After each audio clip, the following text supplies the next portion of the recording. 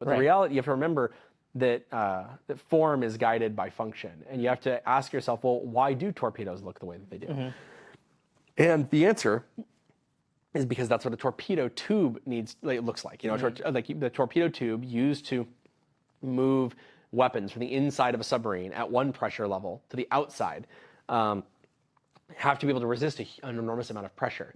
And it turns out a cylinder is the best way to resist an enormous amount of pressure. And so they then built the largest weapons you could fit into those tubes.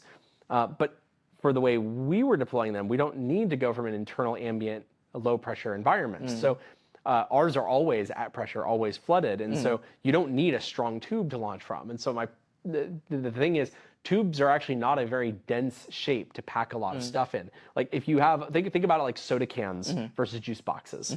With juice boxes, you can pack them, you know, right next to each other, right up to each other with no airspace, and have a huge block of a very dense juice. And with bottles, you have a lot of airspace. And so it's actually an identical problem. Interesting. And so a lot of people have been building circular vehicles because they say, well, I'm building these small UAVs, it should be circular.